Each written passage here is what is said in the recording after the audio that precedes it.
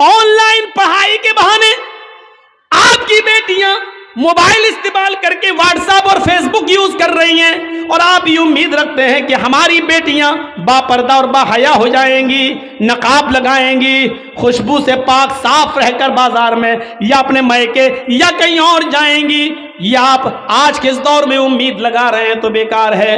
اگر آپ نے اپنی بیٹی کو اینڈرائڈ موبائل دے رکھا ہے، فیس بک اور میسنجر اور واٹس ایپ اگر وہ چلا رہی ہیں، تو یاد رکھیے گا آپ اپنی بیٹی پر بھروسے کے لائق نہیں ہیں۔ آپ کی نظر میں آپ کی بیٹی کتنی پاک صاف ہو، لیکن آپ کو اپنی بیٹی پر بھروسہ نہیں کرنا چاہیے، اعتماد نہیں کرنا چاہیے، اس لیے کہ واٹس ایپ اور میسنجر اور فیس بک چلانے والی لڑکی کا اعتبار نہیں کیا جا سکتا ہے آج کے اس دور میں۔ جب حضرت عائشہ صدیقہ کے اوپر تہمت لگ سکتی ہے، حضرت عائشہ صدیقہ الزام سے اپنے آپ کو نہیں بچا سکتی ہیں، تو ہماری بیٹیاں ان سے زیادہ پاک دامن تو نہیں ہیں، ہماری بچیاں ان سے زیادہ نیک تو نہیں ہیں۔ جب منافقوں نے، جھوٹوں نے، جب کجروؤں نے اور دل کے گندے لوگوں نے اما عائشہ کو نہیں چھوڑا، تو ہماری بیٹیوں کو کیسے چھوڑیں گے؟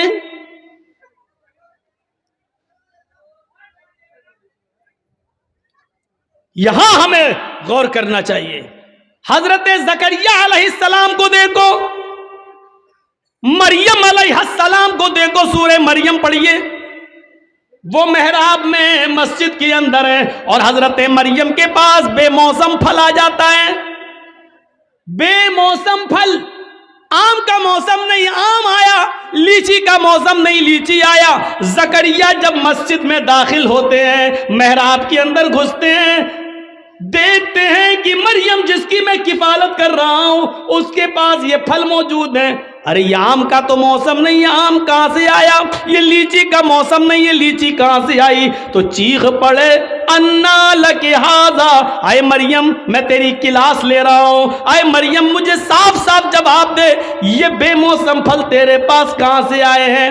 آم کا موسم نہیں آم دیکھ رہا ہوں، لیچی کا موسم نہیں لیچی دیکھ رہا ہوں، یہ بے موسم پھل تیرے پاس کہاں سے آئے ہیں؟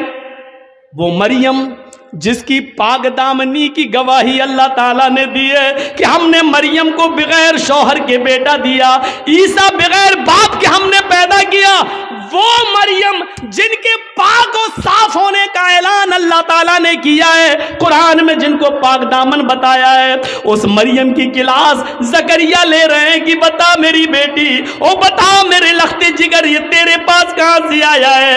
کس لڑکے نے دیا ہے؟ کون ہے جس سے تیرے کانٹیکٹ ہے، جس سے تیرے تعلقات ہیں؟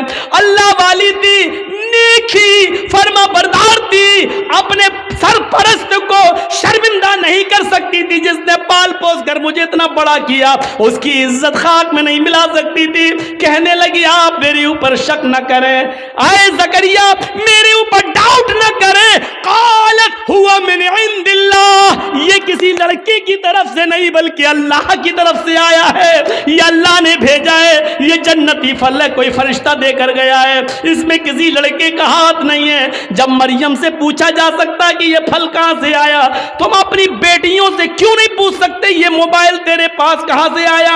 اس میں تو 10 روپے کا بیلنس تھا، آج اس میں 3 مہینے کا نیٹ پیک کیسے پڑا ہے؟ اس میں تو تیری اماں اور خالہ کا نمبر تھا، اس میں 5 نمبر اور کہاں سے آئے ہیں؟ کیا آپ اپنی بیٹیوں سے یہ سوال نہیں کر سکتے ہو؟ تم اسکول تو ڈرائیور کے ساتھ گئی تھی، پھر آئی ہو کس کے ساتھ آئی ہو؟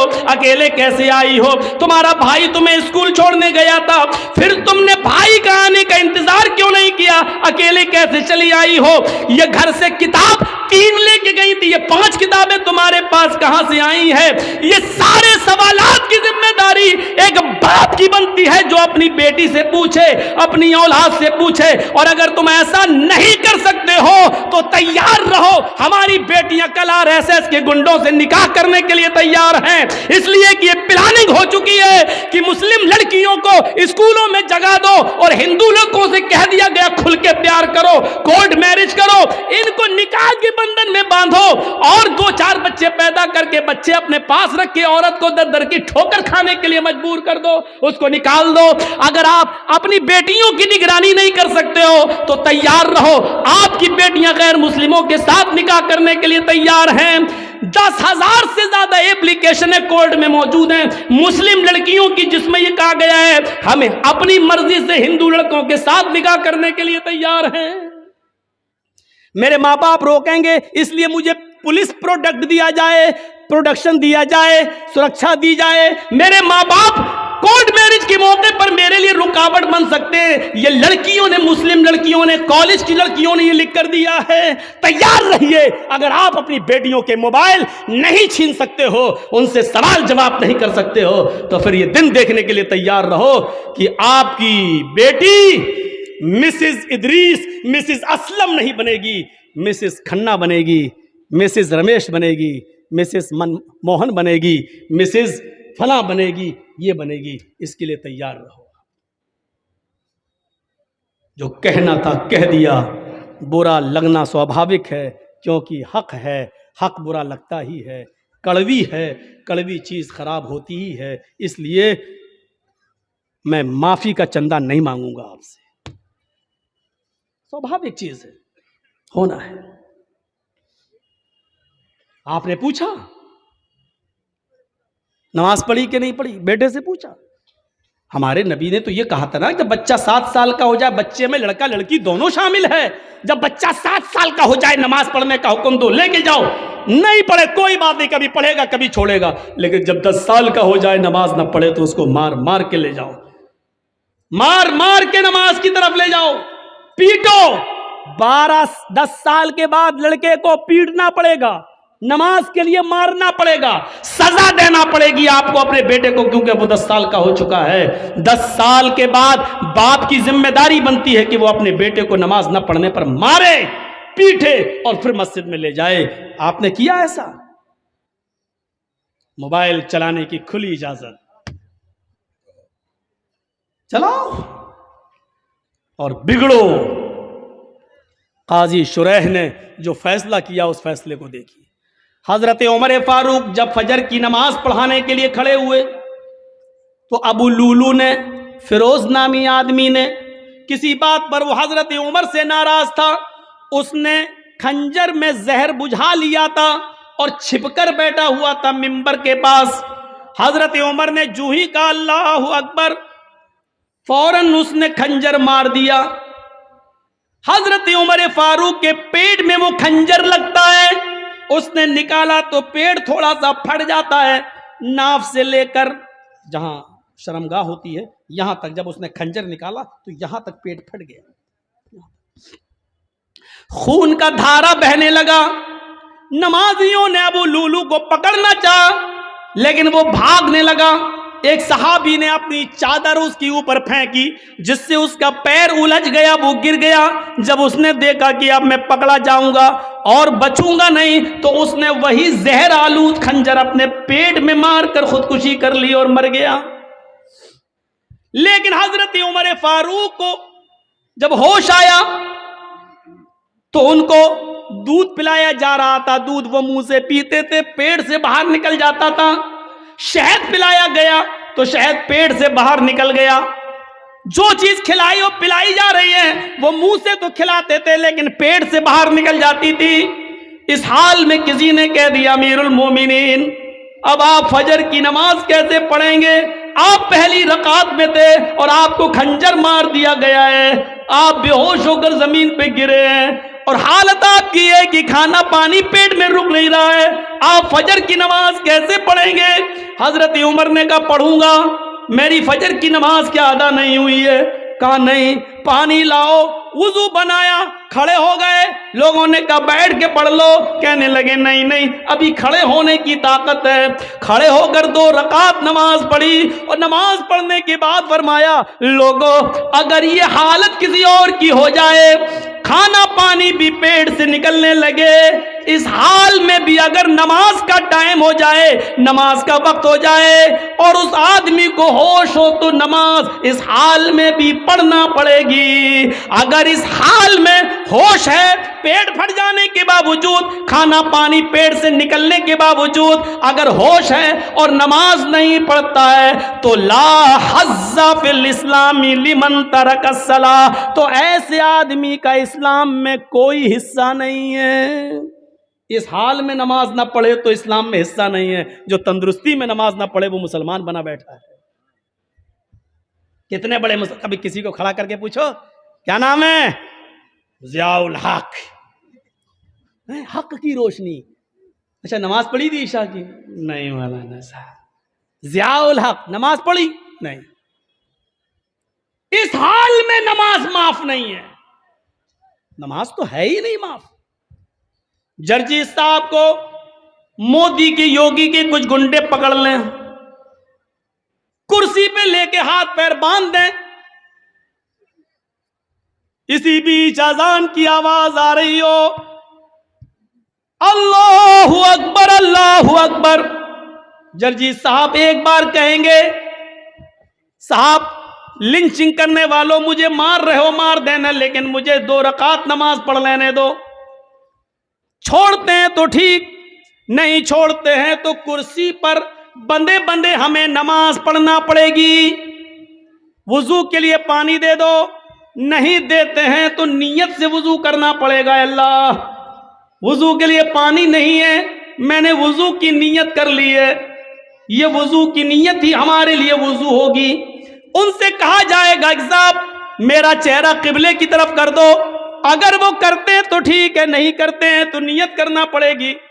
ہاں میرا چہرہ کھلا ہوتا تو قبلے کی طرف کرتا, لیکن میں بندھا ہوا ہوں اس لیے میں اسی طرف رک کر کے نماز پڑھ رہا ہوں. اے اللہ تو کسی قبلے کا محتاج تو نہیں ہے, تو میری دل کی نیت اچھی طریقے سے جانتا ہے. لیس البر ان تولوا وجوہکم قبل المشرق مغرب, یہ آیت آپ کے ذہن میں آنی چاہیے. لیکن نماز اس وقت بھی پڑھنا پڑے گی. قبلے کی طرف چہرہ نہیں ہے کوئی بات نہیں, جہاں تمہارا چہرہ ہے اس طرف کر لو. اللہ اکبر کہہ کر ہاتھ نہیں اٹھ رہے ہیں بند ہیں تو زبان سے اللہ اکبر کہہ لو. وضو کے لیے پابندی ہے, پانی نہیں دیا جا رہا ہے تو نیت وضو سے کر لو. چہرہ قبلے کی طرف نہیں کرنے دیا جا رہا تو جہاں چہرہ ہے وہیں کر لو, اور الفاظ ادا کرتے رہو. لیکن نماز اس حال میں بھی پڑھنا پڑے گی جبکہ معلوم ہے کہ موت ہمارے سر پہ منڈلا رہی ہے, لیکن اس حال میں بھی نماز تمہارے اوپر معاف نہیں ہے. نماز کا وقت ہو گیا ہے, آپ کو اس حال میں نماز پڑھنا پڑے گی.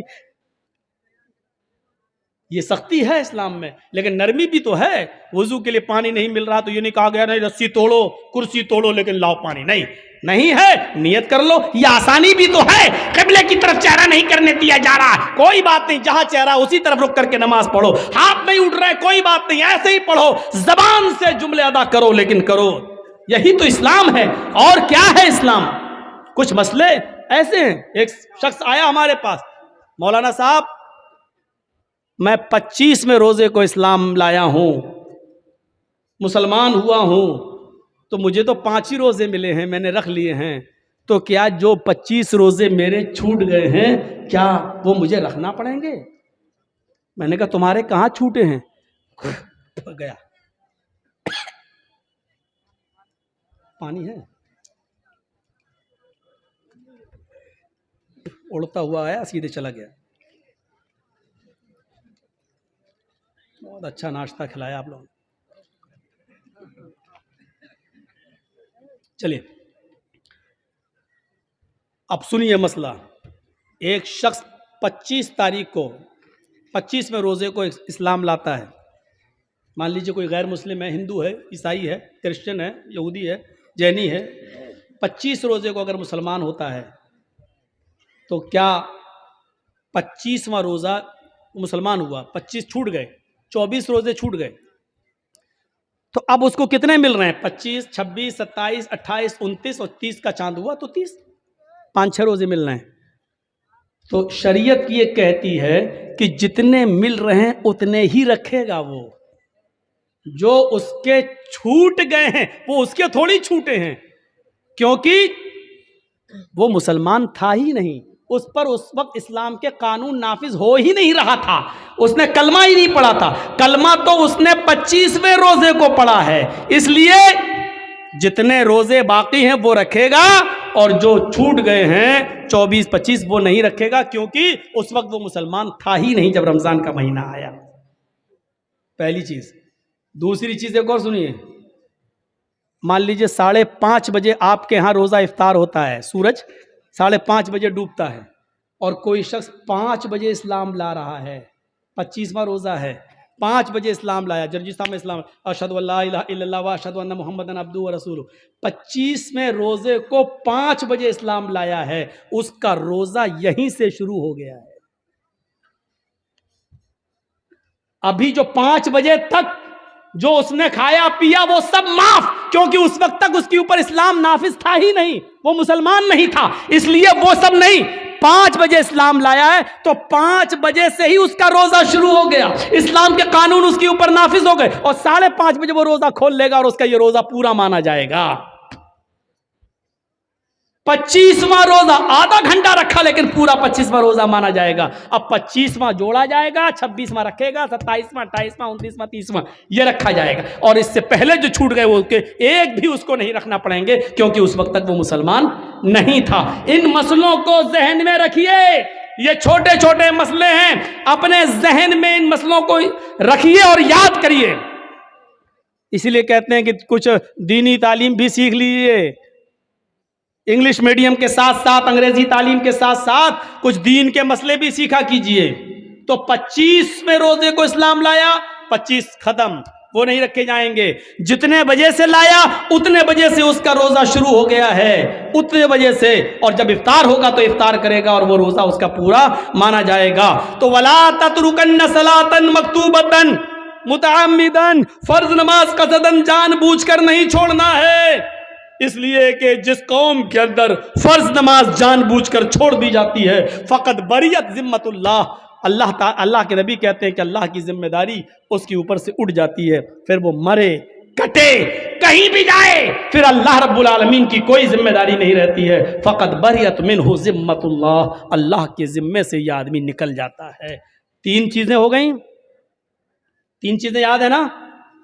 شرک، ماں باپ کی نافرمانی، اور فرض نماز کا قصداً جان بوجھ کر نہ چھوڑنا۔ چوتھی چیز بھی ہمارے سماج کا بہت بڑا حصہ، سنیے گا، وَلَا تَشْرَبَنَّ خَمْرًا فَإِنَّهُ رَأْسُ كُلِّ فَاحِشَةٍ، اور ہرگز کبھی شراب مت پینا، اس لیے آگے کا جملہ فَإِنَّهُ رَأْسُ كُلِّ فَاحِشَةٍ، اس لیے کہ یہ ہر گندی چیز کا دروازہ ہے، شراب ہر گندی چیز کا دروازہ ہے۔ یہ جملہ بڑا خطرناک ہے جو اللہ کے نبی نے کہا کہ شراب مت پینا، یہ تو ٹھیک ہے، لیکن شراب ہر گندی چیز کا ٹھکانہ ہے، ہر گندی چیز کی جڑ ہے۔ یہ جملے بڑے قابل غور ہیں۔